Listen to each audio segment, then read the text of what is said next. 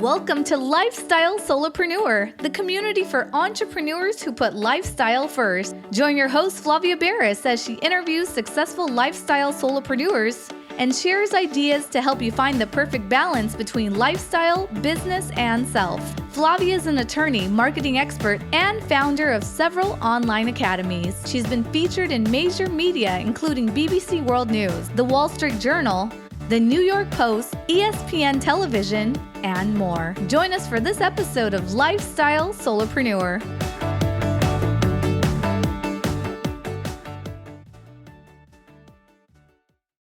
Hey, Lifestyle Solopreneurs. Today we get to speak with Bob Bernotas. He is one of the nation's top franchise consultants, and he's very passionate about helping people achieve the greatest level of satisfaction and success through franchise ownership. With years of experience guiding clients toward top-performing franchise brands, Bob provides personalized guidance and support throughout the entire process of franchise exploration. Whether you're looking for an exit strategy from corporate life or a semi-passive opportunity, Bob is here to help you find your perfect match and create a brighter future. Welcome to the show, Bob. Thank you so much, Flavia. Great to be here.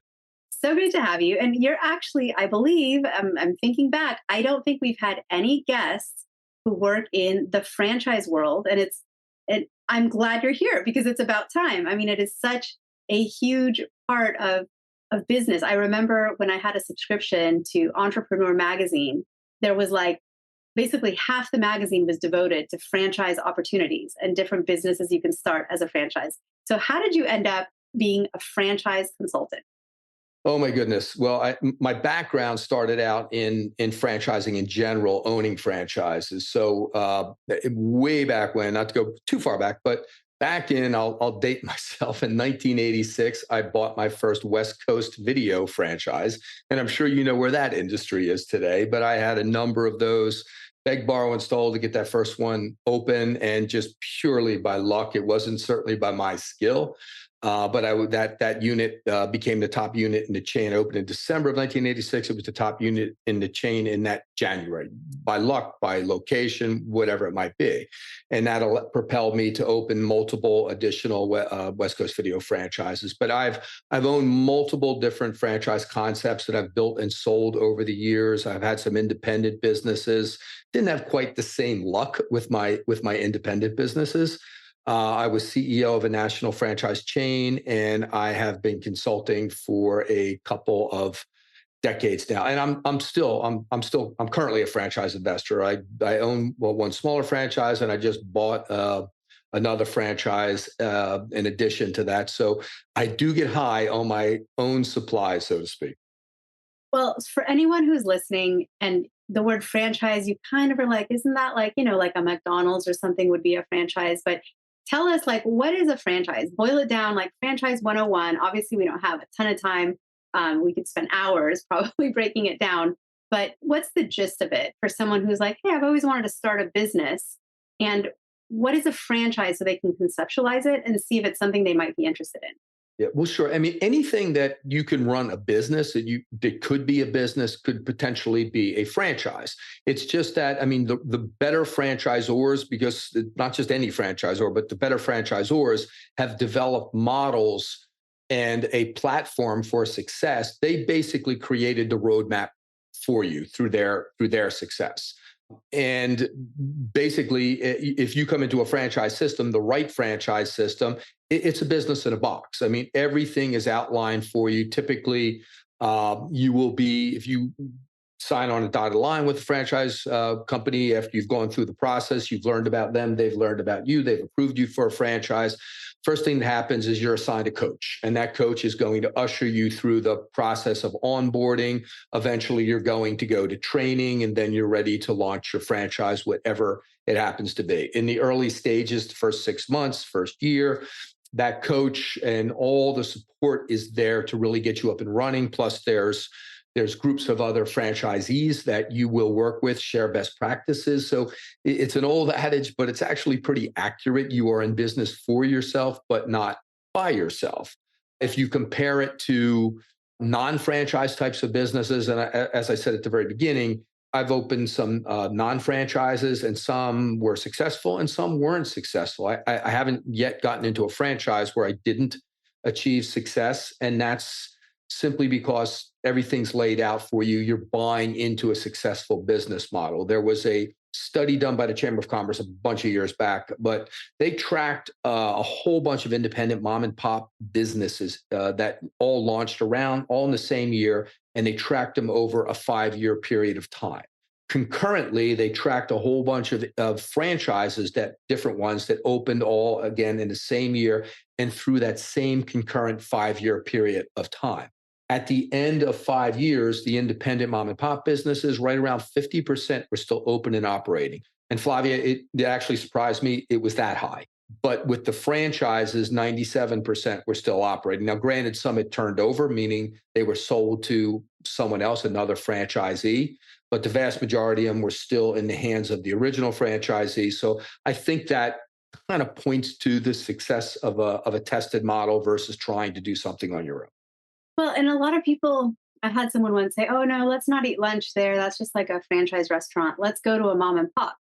And I remember thinking, like, well, you don't know for sure that there isn't a mom and pop who owns that particular franchise restaurant.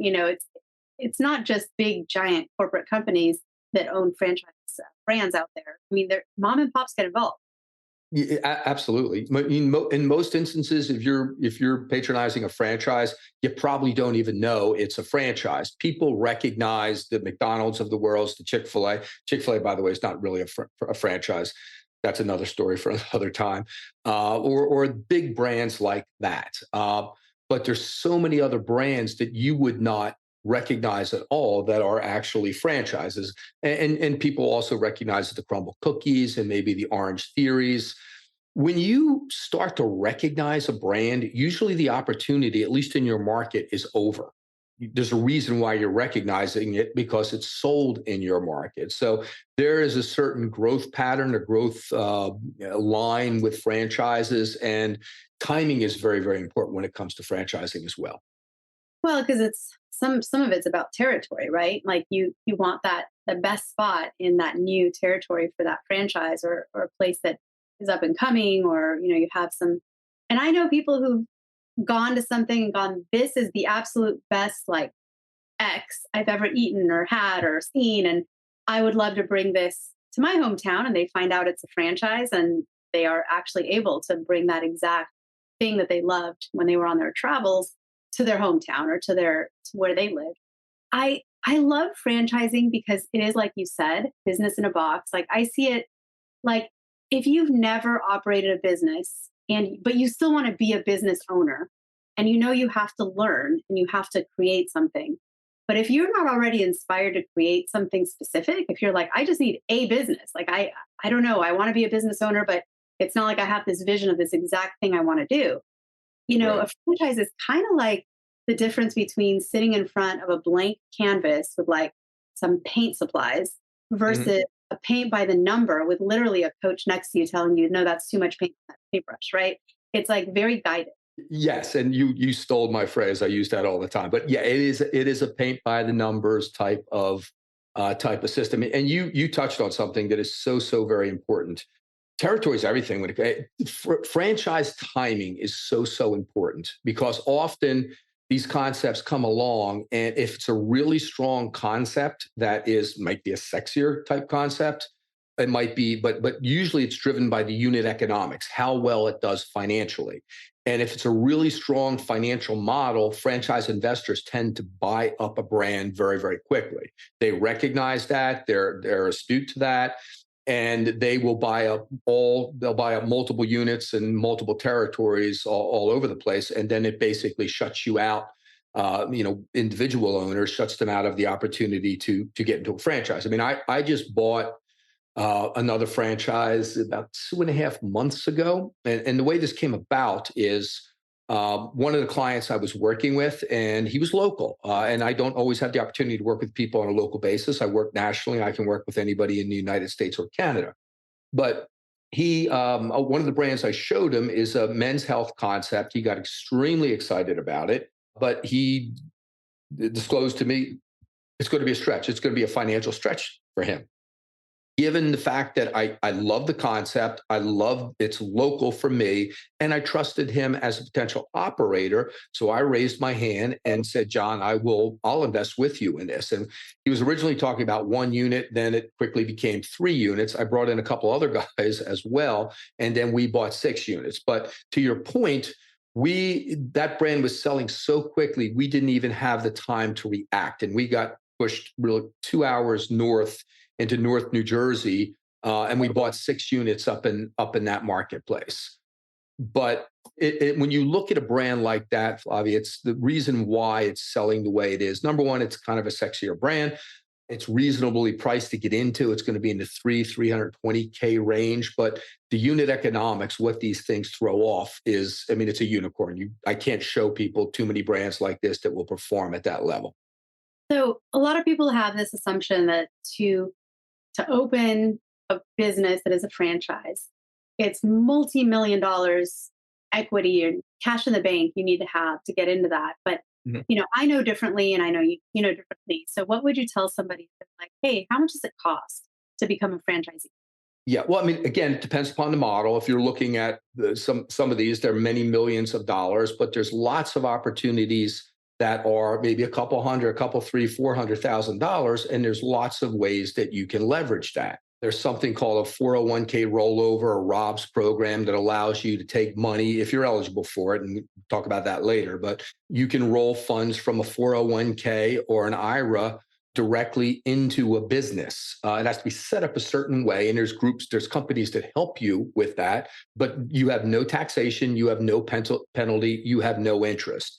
There's always SBA. SBA is a 10-year term. The interest rates have climbed, yeah, but they will come back down. But I always counsel my clients, hey, pay it off in 2, 3, 4 years. Don't carry the interest rate for 10 years. I work with the top financing sources to the franchise industry. Rare that I can't get somebody financed. So when I'm working with a client, that's something we get very heavily into is how are you going to pay for this? But there's, again, so many things that you get into. You don't have to make a multi-million-dollar investment to have success in franchising. There's things that you can get into that'll be sub-$250,000 that'll have big upsides to them. I mean, if my clients say to me, Bob, just show me the better financial opportunities in franchising, I don't go to the real expensive ones because I can show them something like a Big Blue swim school that might be 3, 4, 5, $6 million to open, and it drops a great bottom line. But then there's things I can show them also that maybe $250,000 to get into, and then with a little bit of scaling over time, they can be exceeding what that Big Blue is doing. So it's not a question of what you spend; it's what type of franchise that you get into. I've heard that a lot of franchisor, right? And just for terminology, everybody, franchisor would be sort of the brand, right? That's selling these opportunities. Franchisee are all the business owners that jump in and say, I want to open one of your locations. So there's a lot of them that target the military, like retired military. And I've heard it because it's like a personality type that works really well in the franchise model. Do you think there are sort of personality types of entrepreneurs that franchising is more appropriate for versus others? Great question. And yes, military, they all look for military. Military has that structure to them. And franchise companies, they're not interested in you reinventing the wheel. So if you are a hardcore entrepreneur, I have to do everything myself. I want to create it from whole cloth. Franchising is probably not for you. If you're someone who feels, hey, I can follow instructions, I can put my own spin or style on it. Again, in business for yourself, but not by yourself, you can certainly do that. But they do not want you creating something out of whole cloth. What franchise companies look for today is they're just looking for intelligent people who have basic business acumen, have people skills, and have the financial capability to execute upon their model. If you go back 30 years ago, many of the companies out there, they were looking for something like a specific skill set. To give you an example, there's a company, and some of your listeners may know this, called CertaPro Painters. It's the largest painting franchise. There's about 1,000 franchisees around the country. Very, very successful model. mean, people were getting into it, spending $150,000 back in the day to get into it. I'm watching many of these owners sell it for a million, million and a half, $2 million in some cases, what they spent, $150,000 to get into. But back when, 35 years ago, when that brand launched, they sought out painters to become franchisees. Well, they quickly learned that painters don't make good business people. So they reset their model, and then they just started looking for people who had the capital to do it properly, and they were smart and had some basic understanding of business, and they had people skills, and then their model became wildly successful. It's amazing. I love that story. So, as far as risks, right? Because I know some people that have been franchisees, they didn't do terribly, but it didn't go super well for them. I don't know if it's the company they partnered with or their own efforts. I didn't really want to, you never want to ask someone when they share their lament, right? Like, oh, where did you screw up? If it's not, if there's nothing I can do to help, right? So, what are the risks and when can it go sideways or go wrong? And how do you sort of guard against Yeah, and that's a great point because look, there's like I said, there's over 4,000 different franchise concepts out there. I would suggest to you, I personally, I hate to say it about the industry, but I wouldn't go near half of them just because they're not solid models, but there's some really, really good ones out there as well. So failure typically occurs if usually there's extenuating circumstances. If it's a good model, if it's a good franchise and you follow the model, you are going to have success. If you don't follow the model, that's one scenario where it may not work. Doctors are notorious for that. I've had a lot of clients who are doctors, and sometimes they want to reinvent the wheel. But often it's illness, it's divorce, it's death, something like that occurs, and that's where most of the failures occur if it's a good system. But if done right and you follow the paint by numbers instructions, you're typically going to have a lot of success with a franchise. The One of the things that I always like to touch on with my clients is because I know a lot of your listeners are probably they have a good paying job and they don't want to walk away from that job. And people often ask me, "Hey, how can I get into a franchise but keep my full time job?" That's where semi-passive franchising comes in, and I can provide some good resources for that.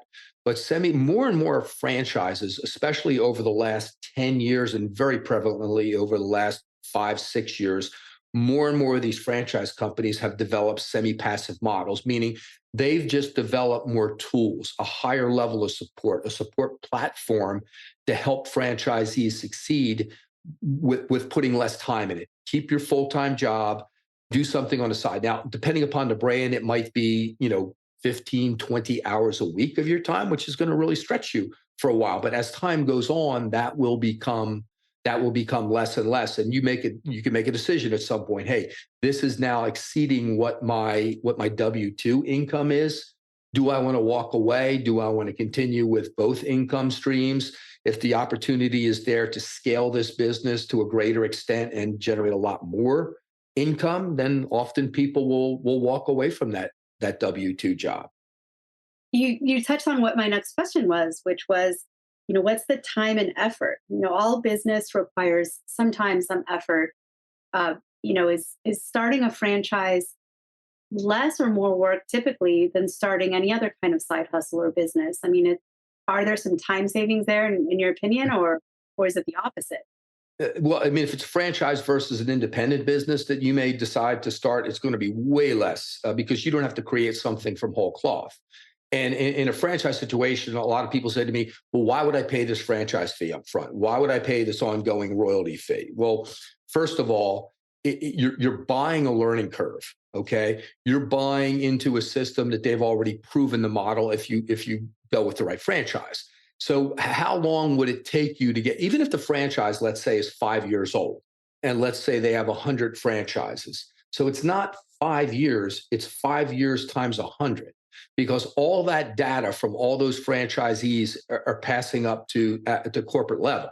And they're constantly making adjustments to their model to make their model better, to make their model more effective. So when it comes to especially the time spent in a franchise, you're not, if you get into a semi-passive model, that's one thing. If you jump into it on a full-time basis, everything will eventually become semi-passive over time, unless it's a linear model, like some type of consulting franchise where you are the product. Okay. But every other type of franchise, you're leveraging other people. And when you have the right people in place, and sometimes takes a little while to have those people in place, and your systems are nice and tight now through the franchisor, you can start backing off from the time you're spending with that franchise, if that makes sense. Yeah, it Hope I makes. answered the question. Are there a lot of people that buy franchises, sort of start them up, stand them up, and then sell them as like a business plan? Like Yeah. almost not flipping exactly, but you get what I'm asking. Most definitely. A lot of franchise investors, that's their model. Some do it and they want to stay in it long term, but most franchise investors have an exit strategy. When I'm working with a client, whether they describe to me they're looking for an exit strategy or not, that's always in the back of my mind. I want to put them in the best position to potentially sell their franchise or franchises when that time comes. But a lot of franchise investors have a 3 a 5 year plan where they want to build it to a certain extent, maximize and have a great growth curve to be able to show, and then flip that franchise. Just to give you an example, I mean, typically with an independent mom and pop business, you usually see somewhere between a 2 to 3, maybe a 4 multiple of earnings if you decide you want to sell that business. With franchises, you're usually in the 3 to 5 range of multiples, even if it's doing exactly the same numbers as that independent business. And the reason being is because you're not just selling a business, but you're selling something with an infrastructure behind it as a franchise. Okay, so that makes it more valuable to begin with, and you can trust the numbers. The buyer can trust the numbers. Often, what happens, I mean, if you're buying an independent business, and I'll give you a perfect example. So I owned a number of West Coast video franchises, and two of my franchises in Philadelphia were in between. Those two was a competitor, and that competitor happened to own three independent video stores, and two of the others were in a different part of the city. But so I approached him about buying his location. And the only reason, Flavia, I was interested in that location was because I wanted to close it. He was a competitor. I wanted to close. I knew he wasn't making money. I wanted to close it and absorb his inventory and any fixtures I could, put him in my stores, and be done with him as a competitor. So I approached him about buying his unit, and I came at him with a price. And he said, let me get back to you. About a week later, he got back to me, gave me an outlandish price. See, I already knew what he was doing. I had a couple of my employees out at different shifts just with clickers and counting heads that were coming out. I knew the business that he was doing. My point is, he was lying about what he disclosed to me. And the reason and how he did it, he was taking revenue from his other two units and putting them into that unit that he was trying to sell me. He was taking expenses from that unit and putting them into his other two units. Okay. So the numbers he was giving me was false. When you're selling a franchise or buying a franchise, you can trust the numbers. The company, the franchisor, has those numbers. So the first thing, as a potential buyer, you would approach the franchise company and say, okay, let's lay these numbers out, and look at them side by side with what the franchisee has shown me. So my point is that if you are a franchise investor, that's why franchise investors typically will position a pod. And let's say they buy, 3 or 5. They build it over a 3 or 5 year period of time, and then they sell it, and they sell it for a high multiple. Often you'll see them get into it, and they may sell it after the first year. If the trend line is really steep and you can project, because there's other franchises in the system that are doing numbers, and this is in the early stages, sometimes you see a 5, 6, 7, 8 multiple of earnings as well. Sorry to go so deep down that hole. Oh, I love it. I could talk about this stuff all day. I find it really fascinating. There's a book called The E-Myth. It's kind of a well-known book in entrepreneurship. Basically, I mean, I don't want to boil down an entire book, but the author says, even if you have a mom and pop, I mean, he uses the example of a little pie bakery. Even if you have this like great recipe for pie, and you open up your little shop, and you're the one that's like getting up in the morning and like cleaning the counters and baking your pies and selling them. He's like, you need to actually buckle down and put in the sort of standard operating procedures and all of the employee manuals and training manuals and things that you would do as if this was franchise so that someday you can go on vacation and someone else can bake pies. And I kind of laugh because it's one of those books that everybody who is an entrepreneur probably hears about and reads and gets inspired by. But what the book is kind of telling you is the way that franchises do it is probably the best way for lifestyle and to not be pulled in 100 directions as an entrepreneur. Yeah, I love the E-Myth, by the way, and the E-Myth Revisited. You're absolutely on the mark with that. Yeah, I mean, there's so many different directions that you can go in with franchising, and there's so many opportunities. You don't have to start big. I mean, you can scale both horizontally by buying more territory, just buying more dirt. And it's cheap to do that. You don't, maybe, again, like I mentioned earlier, maybe it's 150, 200, $250,000 to buy a single franchise. Maybe that second one, maybe that third one might be $40,000 and $30,000 to buy more dirt. Now you tripled your upside, but then you have the opportunity to scale vertically in the future by adding another brand. I think that's one of the best strategies in franchising. And I see a lot of franchise investors turning to that at this point. So tell us your role in all this. You're a consultant, you know this world inside out. You've been in it both as a consultant, but also as like the principal, right? The person doing the deal, buying the franchise. So what exactly is it you do for people, right? You're a consultant, you help them, you're sort of a matchmaker. Are you kind of a broker? Do you get paid a commission? Do people pay you hourly? Or maybe a mixture of all that, or maybe it's one-on-one or one by one, case by case. So tell us a little bit about your job and your role. Yeah, I mean, in the past, when I first got into consulting, I would work with franchise companies often and help them position for growth. And I did work with people who simply approached me because they knew I knew a lot about franchising and asked me to be involved with helping them find the right franchise. But that morphed over the last 10 years. That's exclusively what I do at this point. But I take people through a very structured process. And by the way, they do not pay me; the franchise companies pay me. But I think it's really important to understand, despite the fact that the franchise companies compensate me for bringing qualified candidates to them to check all the boxes that they are looking for, my allegiance is to the candidates, the clients that I work with. I have no allegiance to these companies. My sole function is to make sure I help people find the right franchise fit. It does not matter to me what company they ultimately land on, as long as it's the right one for them and they're going to have success with it.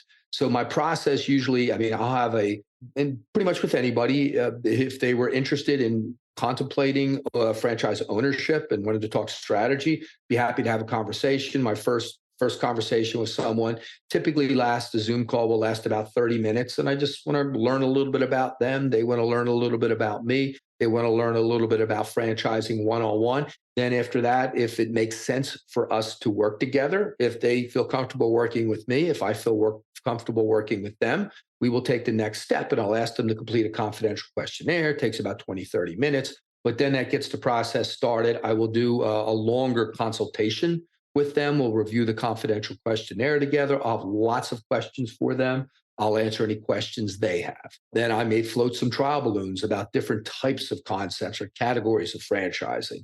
Once I get through that step, I digest all that information, and then I go to work behind the scenes for them, and I'm looking for franchise companies that will check all the boxes that they are looking for. Once I get through that, then I will introduce those companies to them, meaning we will do another Zoom call, a little more extended one. I may lay out a half dozen franchises at that point, but I may have gone through 100, 150, 200 to get to that point, again, based on the information that they're giving me.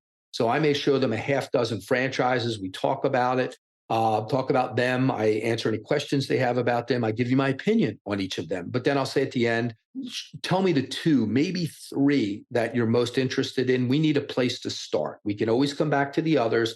I just don't want a client to be overwhelmed by trying to investigate too many companies at a time. And then I take them through the investigation of the brand. If everything works out, we have a winner and we'll find a great franchise fit for you and I'll help you with financing. If halfway through the process, they say to me, Bob, I'm not sure franchising is right for me, then we stop. If we make it halfway through the process and I may say, Mr. Client, I'm not sure if franchising is right for you, and we will stop at that point also.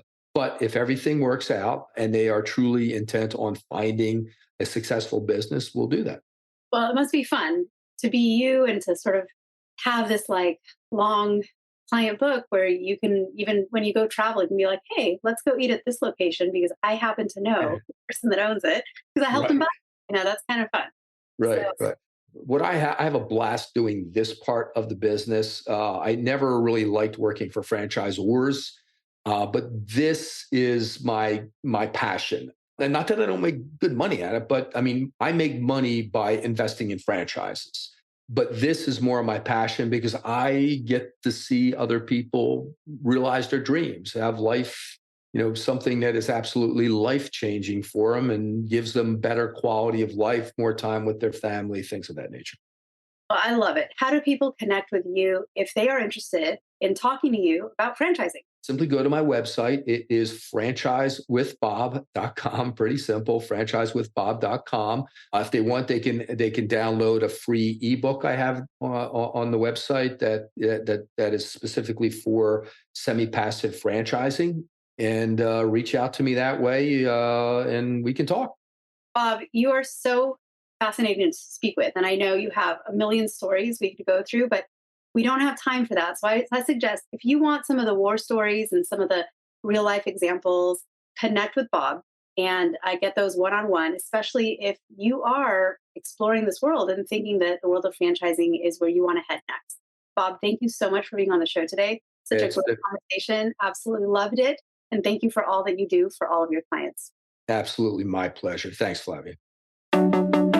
Hey everyone, thank you so much for joining us, and I hope you enjoyed the show. Don't forget to subscribe to this podcast, and if you leave a review on iTunes, I promise I will read every single review. If you know someone who makes a full-time living from part-time work, and maybe this is you, please visit lifestylesolopreneur.com to nominate a guest or to nominate yourself. Because remember this, money doesn't buy happiness. But money in the hands of a happy person, there is no greater tool. Today's episode was brought to you by the Get Shift Done program. It's a lifestyle-changing online class to help you define your business and lifestyle ambitions and to set goals in a way you've never experienced before. This class will 10x your daily productivity with methods that will blow your mind. And if you use the coupon code podcast, the class tuition is 99% off. Visit GetShiftDone.com to enroll today.